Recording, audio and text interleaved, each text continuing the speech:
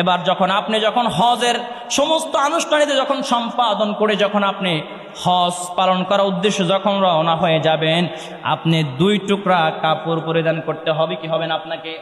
এটার নাম কি? এহরাম। কি নাম? এহরাম। আপনি যখন বাঁধবেন সেলাইবিহীন 2 টুকরা কাপড়, সেলাইবিহীন 2 টুকরা কাপড়। এখানে একটা শিক্ষণীয় বিষয় আছে। আমরা মনে করি এটা এহরাম কাপড় পিনছি জায়গা। এখান থেকেও যদি শিক্ষণীয় বিষয় আপনার ব্রেইনে যদি না ঢুকে, ওই হজ পালন করে কোনো ফায়দা হলো না। সেটা কি? আপনি যখন 2 টুকরা সেলাইবিহীন কাপড় যখন আপনি পরিধান করবেন, এহরাম যখন বাঁধবেন, আপনাকে বুঝতে হবে ওই সাদা 2 টুকরা কাপড় যে আপনি পরিধান করলেন, আপনাকে এটা বুঝতে হবে একদিন সব টাকা পয়সা, আমার বাড়ি গাড়ি সব দুনিয়ার মধ্যে পড়ে থাকবে, আমাকে 3 টুকরা কাপড় পরিধান করে আমাকে কবরের মধ্যে চলে যেতে হবে। জোরে কোন ঠিক কিনা? ও নবীর আশিকের দল, এবার যখন আপনি ওই ইহরাম পরার পর আপনাকে আরেকটা বিষয় খেয়াল রাখতে হবে। যারা হজ করতে যায় দেখবেন তারা মানুষদের কাছে ক্ষমা চেয়ে যায়, আত্মীয় স্বজনের কাছে বলে যায় কি যায় না, যে আমি হজে যাই একটু দোয়া করিও, বলে কি বলে না? আপনি হজে যাই একটু দোয়া করিয়েন, আপনি দোয়া চেয়ে গেলেন, আর আপনি ওই যে মক্কা শরীফ যাচ্ছেন, মদিনা মুনাওয়ারায় আপনি যাবেন, ওই যে কয়দিন আল্লাহর ঘরে থাকবেন, যতদিন আপনি মদিনায় থাকবেন, মক্কায় থাকবেন, আপনি খরচ নিয়ে যান কি যান না? কিছু টাকা পয়সা নিয়ে যান না? আপনাকে এতটুকু খেয়াল রাখতে হবে, মাথার মধ্যে এইটুকু ঢুকাইতে হবে যে হারে আমি কয়েকদিনের জন্য, আমি কয়েক সপ্তাহের জন্য আমি মক্কায় যাচ্ছি, সৌদি আরবে যাচ্ছি, আমার চলার মতন পাতেহ নিয়ে যাচ্ছি, খরচ নিয়ে যাচ্ছি। আহারে আমি আর যদি ওই দেশ থেকে ফিরতে না পারি, তাহলে তো ওই দেশেই আমাকে দাফন করে দেওয়া হবে। আপনাকে এতটুকু চিন্তা করতে হবে, যেমন এই দেশ থেকে ওই দেশে যেমন আপনি পাথেও নিয়ে যাচ্ছেন, কিছু টাকা পয়সা নিয়ে যাচ্ছেন চলার জন্য, আপনাকে মনে মনে ধারণা করতে হবে আমি যখন কবরে চলে যাব, আমার যদি নেক আমল না থাকে, আমি নেক আমল নিয়ে যদি কবরে যাইতে না পারি, তাহলে আমার জন্য আল্লাহর জাহান্নামটা ওয়াজিব হয়ে যাবে। আর যদি আমি নেক আমল নিয়ে যদি কবরে যেতে পারি, আল্লাহর জান্নাতটা আমার জন্য ওয়াজিব হয়ে যাবে। জোরে বলেন সুবহানাল্লাহ। এরকম ধারণা, এরকম মনোবাসনা, এরকম উপলব্ধি ফিল আপনার মধ্যে থাকতে হবে। তাহলে দেখবেন হজে গেলে আপনার যে কেমন লাগবে, মনে হবে যে এই দুনিয়াই না। এরকম লাগে কি লাগে না?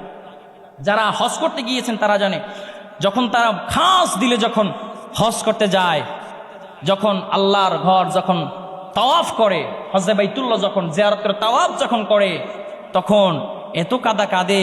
ওই যে আপনার মুলতাজিম, যে আল্লাহ চৌকাট যেটাকে আমরা বলি, ওই তাওয়াফ করার পর ওই আল্লাহ চৌকাট ধরে অনেকে কাঁদে কি কাঁদে না?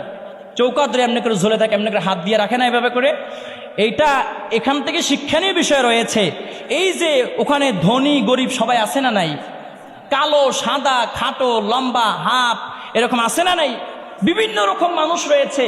ওখান থেকে শিক্ষণীয় বিষয় হচ্ছে যে ধনী গরিব যত টাকা পয়সার মালিক হন না কেন, আপনি এমপি মন্ত্রী প্রেসিডেন্ট যাই হন না কেন, ওই আল্লাহর ঘরের কাছে গিয়ে মুলতাজিমে ধরে, আল্লাহ চৌকাঠ ধরে ভিক্ষুকের মতো আল্লাহর দরবার আপনি কাঁদতে থাকেন। এর মানে হলে এই যে আল্লাহর কাছে সবাই ভিক্ষুকের মতন, আল্লাহর কাছে কেউ ধনী নয়। জবান ঠিক কিনা? এই জন্য আমরা ধনীর টাকা পয়সার বড়াই দেখে অনেকে, আছে না, আমার এত টাকা পয়সা, আমার এত কোটি টাকা, আমার এত কিছু, আমার এত পাওয়ার, আমার এত ক্ষমতা। ভাই খালি মরে দেখেন, খালি মইরা দেখেন, মরতে দেরি হবে, আপনার কিচ্ছু কবরে যাবে না। যাবে খালি ওই 3 টুকরা কাপড় নিয়ে আপনি কবরে চলে যাবেন, 3.5 হাত মাটির নিচে আপনি চলে যাবেন, আর কিচ্ছু নিতে পারবেন না। ওই যে টাকা পয়সা আপনি অর্জন করছেন, আপনার উপর হজ ফরজ হওয়া সত্ত্বেও আপনি হজ করতে আপনি গেলেন না। আপনাকে মনে রাখতে হবে যে এই মৃত্যুর পর আপনার সন্তানরা ওই আপনার কবর জিয়ারত করতে যাবে না, আগে সম্পত্তি ভাগ করবে। কথা বলে না কেন? দেখেন না, বাবার লাশ উপরে রেখে তারপরে সম্পত্তি ভাগ বাটোয়ারা নিয়ে ভাই ভাই দ্বন্দ্ব, ভাই বোনের দ্বন্দ্ব, ওদিকে 8 ঘন্টা 9 ঘন্টা বাবার লাশটা উপরে পড়ে আছে, দাফন করার খবরই নেই। আছে না? এরকম খবর বাংলাদেশে আছে না? আপনাকে বুঝতে হবে যে টাকা পয়সা আপনি অর্জন করবেন, কিন্তু নিজেও রাখবেন, সন্তানদের জন্য রাখবেন, কিন্তু আল্লাহর পথেও কিন্তু ব্যয় করতে হবে। ঠিক কিনা? আল্লাহর পথেও ব্যয় করতে হবে। যদি আল্লাহর পথে ব্যয় করে যান, আপনার মৃত্যুর পর এগুলোই আপনার কাজে লাগবে। আর আল্লাহর পথে যদি আপনি ব্যয় না করেন, খালি কবরে যাইতে দেরি, আর একটু কইলাম না, ওইটা বাংলা ভাষা হয়, এর লেগে এটা বাদ দিয়া দিছে। মায়ের দিতে দেরি হবো না, কথা কয় না, ঠিক কি না? বাংলা ভাষা কইলে অনেকে মাইন্ড করে, হুজুরি ডাইরেক্ট কয়, একটা আঞ্চলিক, এই জন্য আঞ্চলিক বাদ দিয়া দিছি। একটু ওই উত্তম মাধ্যম, এটা তো শুদ্ধ উত্তম মাধ্যম দিবে আর কি, ফেরেশতারা কি দিবে? এই জন্য যাদের উপর হজ ফরজ হয়েছে তাড়াতাড়ি এজেন্সিরা যোগাযোগ করে হজ করতে যান গা।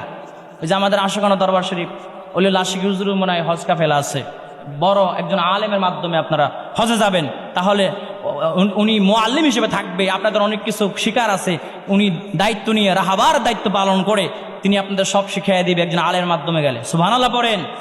সালাতুন ইয়া রাসূলুল্লাহ আলাইকুম সালামুন ইয়া হাবিবাল্লাহ আলাইকুম লা ইলাহা ইল্লাল্লাহ লা ইলাহা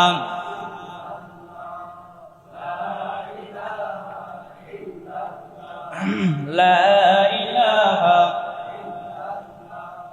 লা ইলাহা ইল্লাল্লাহ লা ইলাহা ইল্লাল্লাহ লা ইলাহা লা ইলাহা ইল্লাল্লাহ লা ইলাহা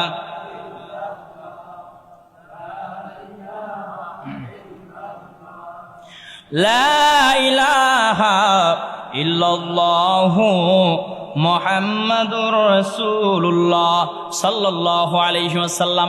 এবার যখন আপনার উপর হজ যখন ফরজ হয়ে গেল, অনেকে দেরি করে না, যে এখন হজ ফরজ হয়েছে, মেয়েটা একটু বিয়ে দিয়ে নি তারপর হজে যাব। কারণ অনেকে মনে করে যে ঘরে মনে হয় অবিবাহিত মেয়ে থাকলে মনে হয় হজ করা মানে নিয়ম নাই, জায়েজ না, এটা মনে করে না, ওই সুযোগ নাই। যখনই আপনার উপর হজ ফরজ হয়েছে আপনাকে হজ পালন করতে হবে, হজ আদায় করে নিতে হবে। কারণ ওই মেয়ে বিয়ে দিয়ে যাবেন, যদি মেয়ের বিয়ে ঠিক থাকে বিয়ে দিয়ে যান, সমস্যা নেই। যদি ঠিক না থাকে আপনার উপর যখনই হজ ফরজ হবে আপনাকে হজ আদায় করে নিতে হবে, হজ পালন করতে হবে। এই সম্পর্কে দয়াল নবীজি সাল্লাল্লাহু আলাইহি ওয়াসাল্লাম হাদিসের বর্ণনা করেছেন। ক্বালা রাসূলুল্লাহ সাল্লাল্লাহু আলাইহি ওয়াসাল্লাম মান আরাদাল হজ্জ ফালইয়াতাআজ্জাল ফাইন্নাহু ক্বাদ ইয়ামরাদুল মারিদা ওয়া ফাজ্জিলির রাহিলাতু ওয়া তা'রিদুল হাজ্জা। আল্লাহু আকবার বলেন। দয়াল নবীজি সাল্লাল্লাহু আলাইহি ওয়াসাল্লাম বলে, যারা হজ করার জন্য ইচ্ছা পোষণ করবে তারা যেন তাড়াতাড়ি করে হজ পালন করে নেয়। ঘোষণা দিয়েছেন কে? নবীজি। কে দিয়েছে? নবীজি সাল্লাল্লাহু আলাইহি ওয়াসাল্লাম ঘোষণা দিয়েছে। কারণ নবীজি বলেন, কেননা সে ওই পরে হজ পালন করবে এই আশায় যদি থেকে যায় সে অসুস্থ হয়ে যেতে পারে। অসুস্থ হতে পারে কি পারে না? তার হজ পালন করতে বাধা আসতে পারে, বিভিন্ন ঝামেলা তাকে গ্রাস করতে পারে। এই জন্য দয়াল নবীজি সাল্লাল্লাহু আলাইহি ওয়াসাল্লাম ইবনে মাজার হাদিসের মধ্যে জানিয়ে দিয়েছে, ও আমার উম্মতেরা শোনো, তোমরা যখন হজ পালন করার জন্য যখন তোমরা নিয়ত করবা, তোমরা তাড়াতাড়ি হজ পালন করে নিবা, হজ আদায় করে নিবা। জোরে বলেন সুবহানাল্লাহ। আর একটু জোরে বলেন না সুবহানাল্লাহ। ও নবীর আশিকের দল, দয়াল নবীজি সাল্লাল্লাহু আলাইহি ওয়াসাল্লাম অপর হাদিসের মধ্যে বলেছে, ক্বালা রাসূলুল্লাহ সাল্লাল্লাহু আলাইহি ওয়াসাল্লাম ফাকালা ইয়া আইয়ুহান নাস ক্বাদ ফারাদাল্লাহু আলাইকুমুল হজ্জ ফাহাজ্জু। নবীজি সাল্লাল্লাহু আলাইহি ওয়াসাল্লাম বলেন, হে মানুষেরা, নবীজি বলে, হে মানুষেরা, তোমাদের উপরে আল্লাহ রাব্বুল আলামিন হজ ফরজ করেছে, হজের বিধান আল্লাহ রাব্বুল আলামিন ফরজ করে দিয়েছে। সুবহানাল্লাহ পড়েন। এতগুলো হাদিস থাকা সত্ত্বেও আরো তো অনেক হাদিস আছে যা বলে শেষ করা যাবে না। এত দলিল থাকতে, এত আয়াত থাকতে তারপরেও মানুষ হজ করতে চায় না। অনেকে মনে করে যে এই হজের টাকা দিয়ে একটু ব্যবসা বাণিজ্য করি, এটার উপরে সুদের উপরে লাভ যখন হইব, মানে আরাং লাগাই দিব, এটাতে লাভ বাড়বো, এটা দিয়ে হজে যাম। আছে না, এরকম আছে না নাই?